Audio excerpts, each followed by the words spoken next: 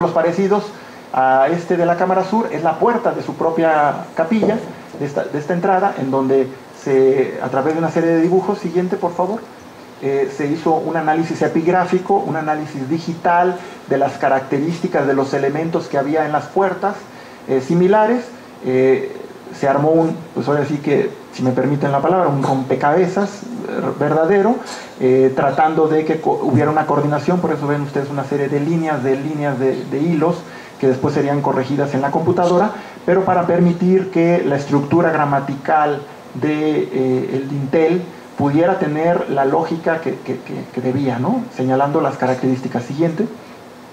Lo cual se logró todavía el año pasado a través de una estructura, es decir, este era un dintel que se había fracturado, entonces por lo tanto teníamos algunos fragmentos, pero ya esos fragmentos no podían tener la capacidad estructural como era originalmente, entonces fue necesario hacerle una prótesis, un agregado pues, prácticamente invisible, una estructura metálica que no es notoria y que permitió alojar los diferentes fragmentos para tener la continuidad de este elemento, ¿no? Es decir, vinculando un poquito el análisis epigráfico con ese análisis digital en computadora. Siguiente, por favor. Este es el resultado, todavía está en proceso, pero es como quedó en el año 2018, en donde hay la continuidad, a veces con unos pequeños fragmentos tan minúsculos, pero que tienen un gran valor para nosotros, evidentemente, y que permiten entender esta serie de escalonamientos y de molduras que generaban esta verdadera portada de acceso a la Cámara Sur. Siguiente, ¿no? De igual manera, el proceso para el análisis y la Cámara Norte, que es muy similar. Siguiente, por favor, no me detengo aquí, en donde el muro de la Cámara Norte había sido pues, desprendido parcialmente, quizás en un proceso de saqueo, estaba hecho por sillares, algunos de ellos, la gran mayoría se perdieron, pero por suerte recuperamos algunos. Con el análisis del escáner pudimos encontrar dónde se ubicaban las líneas de construcción de estos sillares que ya habían desaparecido. No sé si alcancen a notar aquí donde virtualmente nos dice el mismo monumento dónde venían las líneas de los sillares. Con base en eso, que se reflejó en esta imagen, se marcó un proyecto de intervención muy detallado que continuaba con toda la epigrafía. Siguiente, por favor. Hasta que finalmente pudimos hacer la restitución global de este gran mural que además es el más importante de la tumba, porque dentro de él se ubicaba lo que era la puerta falsa de Puyamrá, es decir, el lugar de conexión entre el alma, entre el más allá y el mundo terrenal, en donde podía él acercarse para recibir las ofrendas, conectarse con el mundo de los vivos, y que obviamente hacia abajo era el lugar donde estaba enterrada, donde se encontraba su cámara sepulcral. Siguiente. Que este es un poco del resultado de la etapa pasada, en donde se han reconstruido con una técnica similar al original, aprovechando los sillares con jeroglífico que todavía se encuentran y restituyendo la imagen todavía en proceso de cómo debe haber sido el muro oeste de esta Cámara Norte. Siguiente, por favor. Ya prácticamente para terminar, quizás a manera de conclusión señalar algunos aspectos muy importantes. La importancia del estudio del patrimonio funerario, digo, siempre es como una especie de, pareciera, ¿no? Como una especie de contradicción, porque creo que podemos aprender de la vida leyendo los monumentos funerarios, ¿no? Que es algo muy impactante, ¿no? No solamente del arte, sino también de la forma en que somos, en que vivimos y en que nos relacionamos con el mundo, y obviamente dentro de ello con nuestros ancestros. Al mismo tiempo, sabemos, la conservación del patrimonio funerario conlleva la utilización y el ensamblaje de equipos multidisciplinarios en donde puedan trabajar, como en este caso, historiadores, arquitectos, arqueólogos, restauradores de pintura mural y epigrafistas, que puedan entender que el proceso de conservación no solamente es un análisis unilateral, sino es un análisis que se funde con los diferentes estudios que las demás ciencias puedan aportar al mismo. Es necesario, obviamente, cada día más que incorporemos como restauradores, como conservadores, procesos de tecnología que permitan que se acerque diferentes mecanismos de análisis a los monumentos. Y obviamente que la conservación del patrimonio funerario, eso sí lo leo, requiere asimismo contar con mecanismos de participación que sumen la voluntad y el esfuerzo de especialistas, por un lado, de autoridades y de las comunidades de las diferentes naciones, ¿no? Para nosotros la participación de locales, de restauradores locales, es muy relevante porque permite de alguna manera integrar la cultura aprender de ellos, intercambiar experiencias, pero al mismo tiempo hacer que los propios dueños, decía yo hace un momento, los propietarios de este patrimonio tan riquísimo, puedan vincularse de una manera más estrecha con ellos, con este monumento, y al mismo tiempo servir como un enlace entre las generaciones pasadas y las futuras. Siguiente, por favor. Y nada más a manera de conclusión, a veces no se dice, pero yo creo que sí hay que decirlo, ¿no? Los agradecimientos muy particulares para la temporada que aconteció el año pasado todavía, en donde, bueno, en la misión mexicana de Puyamra, agradecemos especialmente al director del INA, al antropólogo Diego Prieto Hernández, su apoyo, al embajador de México en Egipto, Octavio Tripp, al embajador de Egipto en México, a su vez, Yasser Morat, a la Coordinación Nacional de Monumentos, a todo el equipo de la Coordinación Nacional de Monumentos Históricos, a Leica Geosystem México, dirigido por Jorge Páramo Mustieles y apoyados también por Mónica Plasencia, a Sistop, empresa mexicana de tecnología también, del ingeniero Juan Delgado Trujillo, y al Laboratorio de la Coordinación Nacional de Monumentos Históricos de Ángel Mora Flores, que dirige Ángel Mora Flores, con nuestros compañeros Marisela González Quiroz, Beatriz Cruces Jiménez, Antonio Baltasar Gómez, Erika Liliana Hernández Martínez, y a dos compañeros arquitectos, UM Querétaro, Leticia Andablo Márquez y Reinaldo Malagón Mendoza, que sin ellos, bueno, hubiera sido muy complicado terminar la fase de trabajo todavía del año pasado. Muchísimas gracias.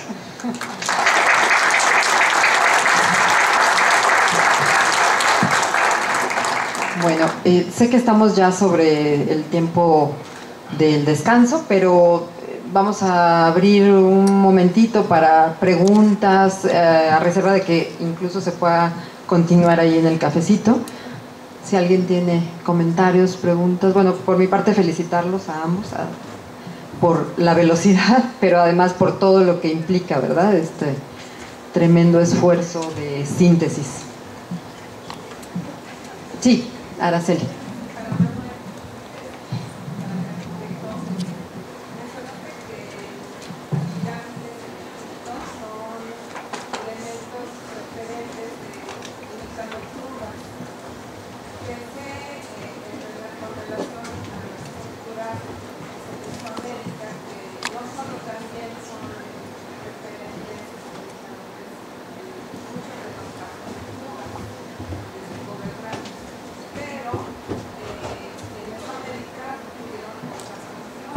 Así es. En el caso de Egipto, solamente como indicadores de puntos, o tienen, al igual que en Mesoamérica. Pues tienen funciones simbólicas. Hola, Araceli, ¿cómo estás? Tienen funciones simbólicas principalmente, pero la mayoría, como vimos en las fotos, como conocemos todos en los viajes, en los libros, en las películas, la mayoría de las pirámides egipcias por lo general terminaban o trataban de terminar en punta o en un espacio muy reducido que impedía el desarrollo de un programa arquitectónico, es decir, de la construcción de un templo, como es en el caso de las pirámides, de la mayoría de las pirámides mesoamericanas. Esa es quizás la diferencia. Tenían un valor simbólico porque eran no solamente el lugar donde se resguardaba el cuerpo del faraón, sino también un elemento de conexión entre el mundo extraterrenal y nuestro mundo. Hay un estudio muy interesante sobre el pico de las pirámides, que de alguna manera está simbolizando una piedra mítica, el Ben, que era la piedra mítica a través de la cual se crea el ser humano.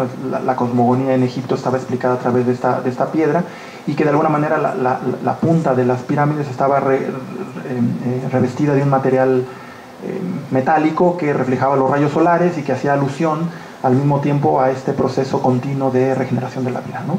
En el caso egipcio, nada más por concluir, los templos estaban adosados a las pirámides, no estaban arriba. Sí había templos, como en el caso mesoamericano, pero nada más la diferencia era que estos estaban más cercanos a donde podía llegarse en barco desde el río Nilo hacia ellos, ¿no?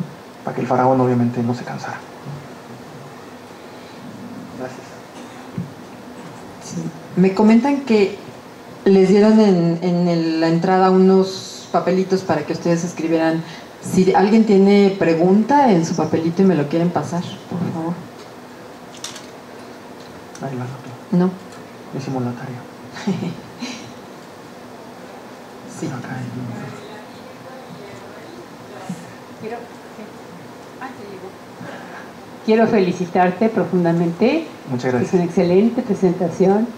Pero además también quiero preguntarte, ¿qué relación tienen ustedes con los egipcios?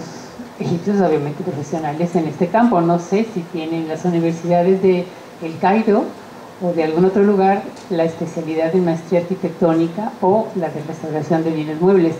Y si ustedes, por ejemplo, para este caso de la iconografía, ¿están asesorados por gente especialista egipcia o siguen siendo extranjeros los que se dedican a hacer esta investigación? Sí, hola, ¿cómo están? Gusto verlas. Las dos cosas, digamos la misión, la denominamos misión mexicana porque en realidad la directora general Gabriela Rache y los directores de cada una de las áreas, como en mi caso de arquitectura, somos mexicanos, pero evidentemente tenemos que trabajar con especialistas locales. Es una regla que estipula el Consejo de Antigüedades egipcio y que, bueno, nos designan una serie de inspectores y de algunos trabajadores base con los cuales tenemos que trabajar directamente, especialistas en diferentes áreas: arqueología, egiptología, restauración de pintura, arquitectura, y además de ello, nosotros siempre nos hemos dado la tarea de contratar mano de obra local, ¿no? Gente que vive no solamente, que no solamente es egipcia, sino que además vive ahí en el barrio, por así decirlo, muy cercano, que de alguna manera conocen la tumba o han oído hablar de ella, o sus abuelos trabajaron en esa tumba, y entonces de alguna manera, en la conservación me refiero, y de alguna manera pues es importante pues estrechar esos vínculos. Entonces creo que es la parte quizás más sensible del proyecto, ¿no? La estrecha comunicación y vinculación con la gente local, que bueno, nos ha permitido, además de todo, de eficientar los procesos técnicos, pues además generar verdaderas amistades allá con el pueblo, del cual aprendes un poquito más de la importancia de la conservación del patrimonio desde otra visión muy distinta a los lentes, ¿no? Que a veces académicos queremos presumir, y que bueno, ellos de alguna manera nos hacen más sensibles al valor que tiene para ellos, ¿no? Por ejemplo, para nosotros ha sido interesante saber que utilizamos técnicas muy parecidas en México para la conservación de monumentos, que de alguna manera las hemos compartido, y que de igual manera como lo hacemos en México, pues hemos aprendido, por ejemplo, la utilización de materiales locales, ¿no? Muchos de los materiales para hacer los morteros, la jiba, el gir, elementos que son extraídos de la propia montaña. Entonces, dependiendo de si queremos darle un color al mortero, pues excavamos 20 centímetros o excavamos 25 y encontramos una tierra diferente, y con esa tierrita hacemos los morteros que se integran a las características históricas tal y como lo hacían los arquitectos y los artesanos del faraón, ¿verdad? Que eso es algo muy, muy interesante. Yo tenía una pregunta así como de muy logística. Tú un día nos contaste que iban una vez al año, estaban ahí un tiempo, y después regresaban al año siguiente a hacer todos los trabajos. ¿Quién cuida de ese espacio? Y después de un año, ¿no se encuentran con un desastre de o lluvias o piedras o que se metieron otra vez al recinto? Sí, en efecto, la tumba, como está en una concesión al equipo mexicano, solamente puede ser trabajada por nosotros. De tal manera que al cierre de cada temporada se ponen unos candados y se pone un sello en plomo, grabado en plomo, que da fe de la firma y de la fecha en la que se cierra, y hasta el año siguiente, en nuestra presencia, se rompe ese sello para demostrar que nadie más ingresó a la tumba, ¿no? Eso es una garantía que nos ofrece el gobierno egipcio y que de alguna manera es importante. La zona, por suerte, no era así hace unos años cuando empezamos a trabajar, pero por suerte hoy está muy protegida. La policía y el mismo ejército tienen contactos y videocámaras, y ahora se ha modernizado bastante para proteger el lugar. Pero sí es de señalar que en el 2005 y 2006, que fueron los primeros 2 años que trabajamos allá directamente, nos tocó personalmente clausurar pozos de saqueo. Tuvimos que entrar a las casas vecinas con una visión muy interesante. Los saqueadores de tumbas, desde la sala de su casa, ¿no? Hacían agujeros y con un sentido de la orientación, como ratones, ¿verdad? En queso, ¿no? Se iban abriendo hueco y pues pues abrían una tumba, la saqueaban y se seguían, y entonces como si fueran brochetas, ¿no? Agarraban una tumba y otra tumba y otra tumba y otra tumba y las iban vaciando por el mismo túnel, ¿no? Por suerte logramos cancelar esos túneles. El gobierno egipcio nos ayudó a estas personas que estaban haciendo eso, removerlas de ahí, obviamente con las implicaciones legales que eso lleva. Y además, les decía yo, en uno de esos túneles de saqueo, al ingresar en ellos encontramos escombro, restos momificados de otras tumbas, despojados tristemente, pero en uno de esos túneles encontramos ya boca abajo, prácticamente envuelta, la lápida del rostro de Puy-en-Ra, que es la única que se conserva con esa calidad y con ese color, que estaba cortada, cincelada, boca abajo ya en el túnel de salida, ¿no? Y que pues nosotros a la hora de encontrarla pues fue uno de los hallazgos más importantes, ¿no? Cancelamos esos túneles y hoy en día está segura, creemos que está segura, ya no hay esa posibilidad, pero sí, evidentemente pues año con año hay riesgo de derrumbes, de movimientos de arena, de deslizamientos, y a veces tenemos que reformular algunos muros de contención, pero en realidad la tumba está prácticamente segura. De hecho, las cajas que tenemos con cada uno de estos fragmentos, como el que les mostré del hombre rasurándose, tenemos múltiples cajas clasificadas. Esas cajas se resguardan como parte del tesoro dentro de la tumba hasta el año siguiente, que las volvemos a sacar y podemos empezar de nueva cuenta el análisis de cada una de las piezas que nos falta todavía. Gracias. Bueno, vamos a agradecerles a ambos con un aplauso. Les vamos a entregar su constancia de participación. Manuel Villarroel. Gracias. Alberto Serena, muchas gracias. Y bueno, pues les invitamos a que pasen a tomar un receso, un cafecito, y para poder regresar y tratar de recuperar un poco más.